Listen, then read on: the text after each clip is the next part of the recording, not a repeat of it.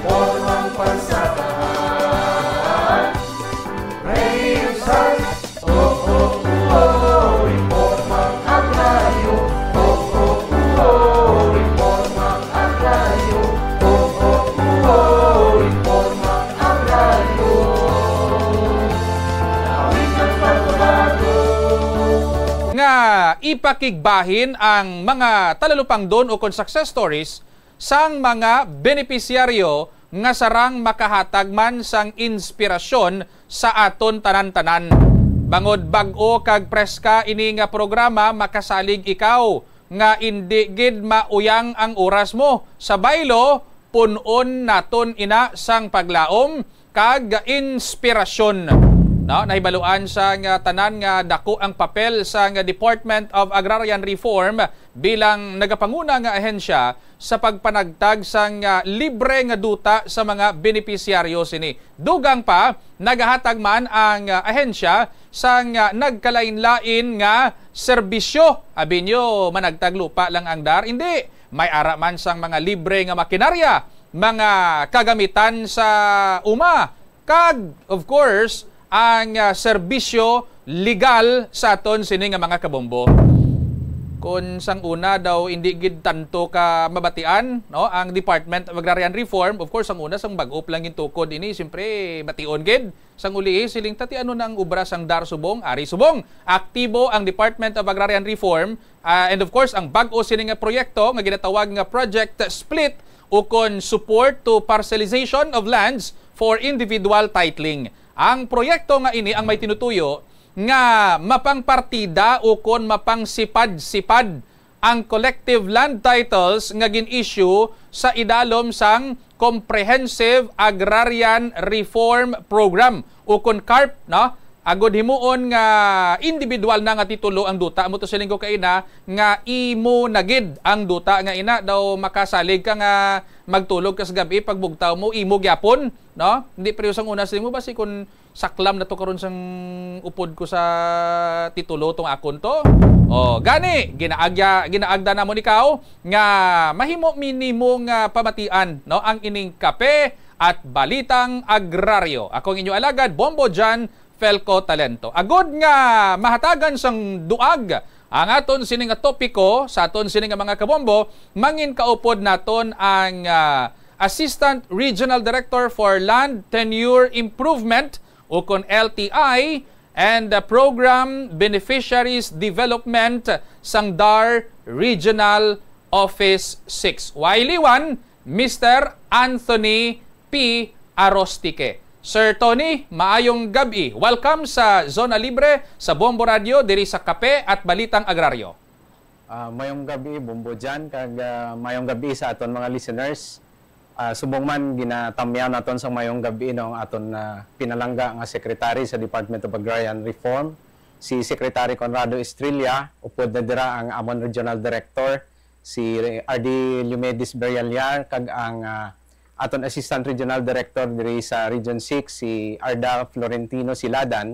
Subong man ang mga opisyalis no sang Department of Agrarian Reform diri sa probinsya sang Iloilo kag sa bahin sang Region 6. Kaupod na dira ang aton mga agrarian reform beneficiaries kag ang mga leaders no sang nagkalain-lain nga mga agrarian reform beneficiaries organizations diri sa Western Visayas, Bombo Jan.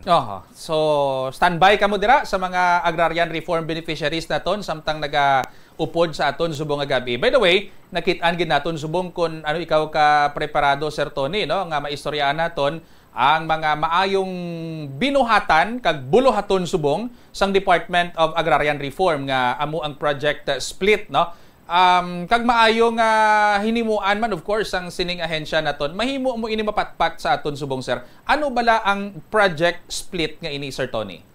Sang damlag lang Bombo Jan, no, amo sa nambal mo kaina nga daw hindi siya masyado vocal ang Department of Agrarian Reform no sa pagdala sang mga programa nga gina-implementar sang aton gobyerno, but subong nagapadayon sa gihapon ang nasambit nga proyekto sang in fact sang damlag lang Bombo Jan nagpatigayon no sang Disyembre 21 sang nagligad nga tuig nagpatigayon kita sang pagpanagtag sang mga Certificate of Condonation with the release of mortgage o kung ang ginatawag naton nga Kukrom Certificate kag ining mga electronic title sa aton mga agrarian reform beneficiaries didto sa Iloilo Sports Complex no kung sa diin isa ini ka maragtason nga inisyatibo no sa pagpanguna sang aton pinalangga nga Undersecretary sang Foreign Assisted and Special Projects Office taga aton gid ini pasinhon no ang aton pinalangga nga Undersecretary Jesri T. Palmares siya gid ang nagpanguna no sa pagpanagtag sang kapin o menos mga sobra 7,000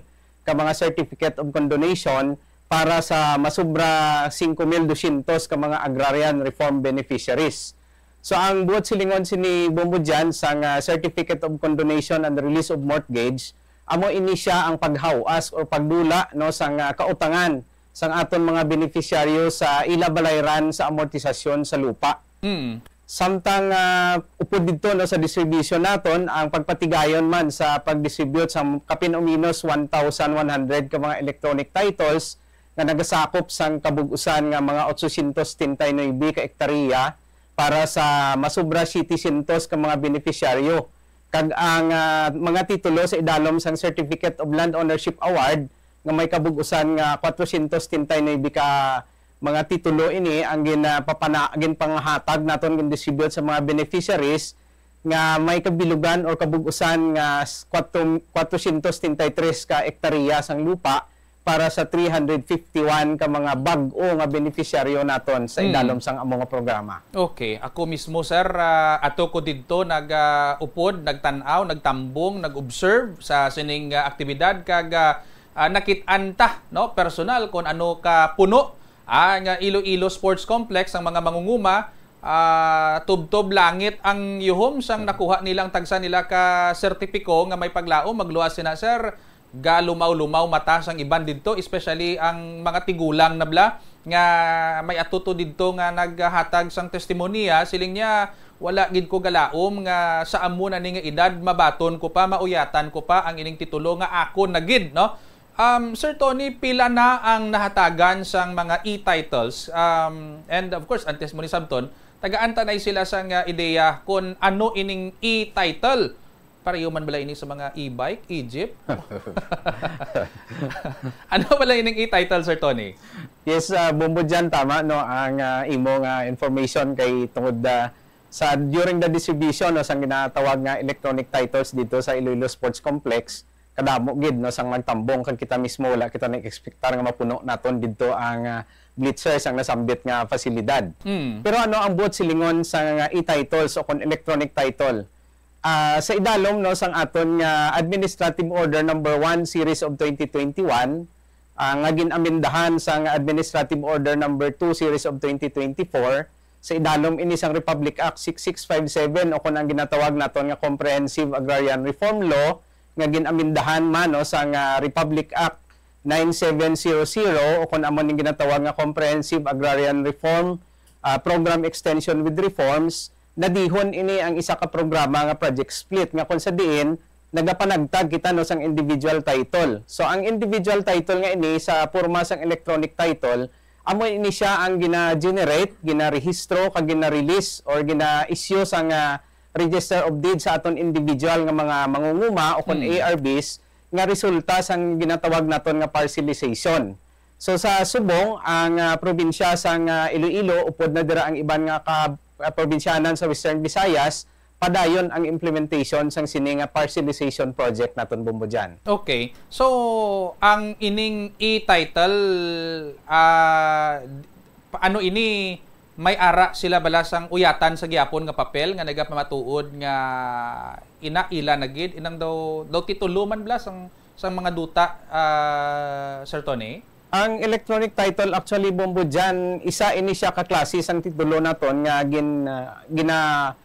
distribute naton sa mga ARBs nagikan dito sa mga mother title nga gina-issue long before nga nag-umpisa ang aton coverage no. Ini siya isa man ka klase sang titulo nga mahambal naton gina-recognize kin no sang Republika sang Pilipinas kay nagiging part man ini sang ginatawag naton nga Torrens title. Kag ini siya kasubong gid sang mga original nga certificate of title naton galing lang ang diferensya sini kay ang nag-generate sini computerized nga title na ini siya halin sa Register of Deeds. Unlike sa mga klowa naton nga kita ang nag-generate sini kag gina-issue sa aton mga beneficiaries, but this electronic title of course ang may jurisdiction sa pag-issue kag pagrehistro sini ang Register of Deeds naton bumudyan. Oh, ti grabe ang yuhum sa mga nakabaton sini, no? Ano ang epekto sini? Ano kadako ang epekto sang e-title sa mga mangunguma naton, Sir Tony?